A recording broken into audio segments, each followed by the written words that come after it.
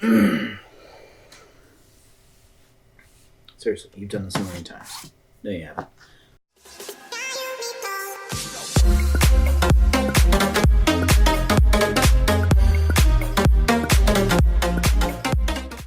Hello everyone and welcome to Tech Answers. Today's video, I wanted to see how far I could push my Vega Frontier Edition once the thermal and power limits are, for the most part, removed. As far as removing the thermal limit, I used the EK Fluid Gaming the system. I didn't put the CPU in it because I really just wanted to know how well the GPU would do. As far as power, I used the power table modification scripts. I believe I got them on Tech Power Up. I'll put a link down below just so you can see them. But that took the power limit from 50% to 142%. That's the power limit over what the stock wattage allows.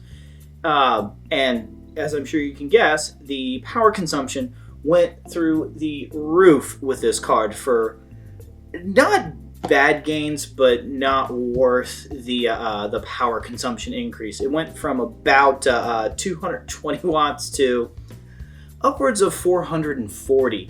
Now, to get these wattage measurements, I used GPU-Z's reported GPU power consumption.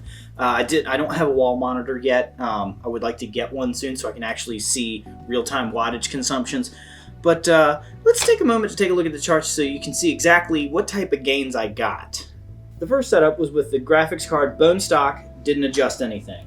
The second setup was with the stock power level raised all the way to 50% with the fan at max. The third setup I used was with the liquid cooling system attached and the power limit set to 50%. The last setup was with the liquid cooling system and the power limit at 142%. Temperature-wise, it performed very well. The card never went above 51 or 52 degrees Celsius for any testing I did for this video. I did a superposition benchmark, and I think it hit like 57, 58-ish in that area. But it was just that one test. Everything else had stayed at that 51, 52 mark. Full disclosure, I ran Wildlands at 1080p, very high preset, because I feel like Wildlands Ultra setting is just needlessly intensive for any system. Rise of the Tomb Raider, I just ran it at 1080p at its highest preset. Fire Strike was the 4K extreme test. And then Time Spy was just the default Time Spy test that includes the that little demo in the beginning, because I actually have not sprung for the advanced version yet, which hopefully I will soon.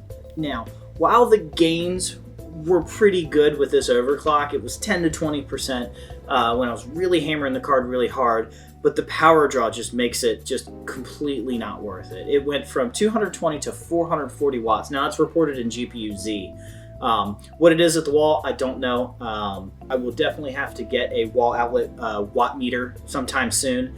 In a situation like this, I would say get the aftermarket Vega card. I wouldn't worry too much about liquid cooling it unless you specifically want to liquid cool it. If you do it specifically to overclock it, be prepared for it to literally draw double what it does normally. However, I was pretty impressed with the stats that I got overclocking the card. I was able to get the HBM2 to 1150 megahertz, and I got the core to 1730 megahertz, which from what I understand for a Vega card, really ain't all that bad, especially with those overclocks and still keeping it at like 51, 52 degrees Celsius on pretty much every test. Also, the CPU I used was a 6600K, and I actually halfway through the testing switched out to a 7700K, and it really did not make any difference. In fact, I had a slight regression in some of my testing scores, so I had to switch back to the 6600K just to keep all my tests consistent. Well, I think that just about wraps it up for this video.